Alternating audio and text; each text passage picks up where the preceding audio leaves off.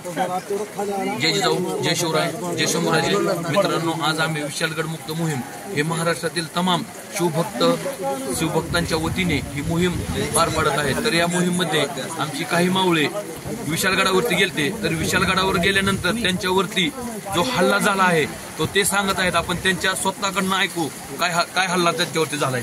काय तुमच्यावरती कसा हल्ला झालाय तो सांग. आम्ही मोजून सुरुवातीला 10 जण गेलो होतो. मी अजून आमच्या सरकार वर 4 जण वर अडकलेले. जेव्हा आम्ही मस्जिदीपाशी पोहोचलो, मस्जिदीला येडे करून थांबलेले आहेत.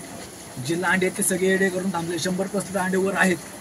जेव्हा याला मारताना मी मध्ये त्याला वाचवायला गेलो, ह्याच्या पाया तलवार मारलेत, वर लागलंय. ह्याला जेव्हा वाचवायला गेलो,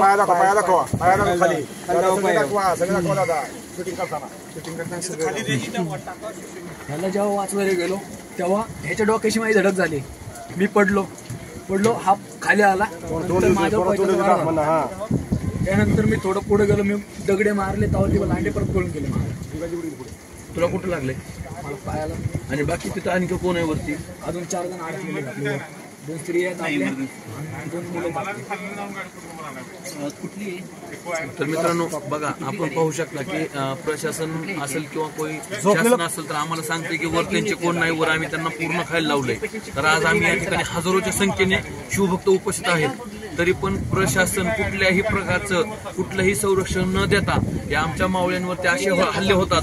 आणि महाराष्ट्रातील शिवभक्तांना माझी विनंती आहे तुम्हाला की आपल्या मावळीवरती असे हल्ले झालेले तुम्ही सहन करू शकता का?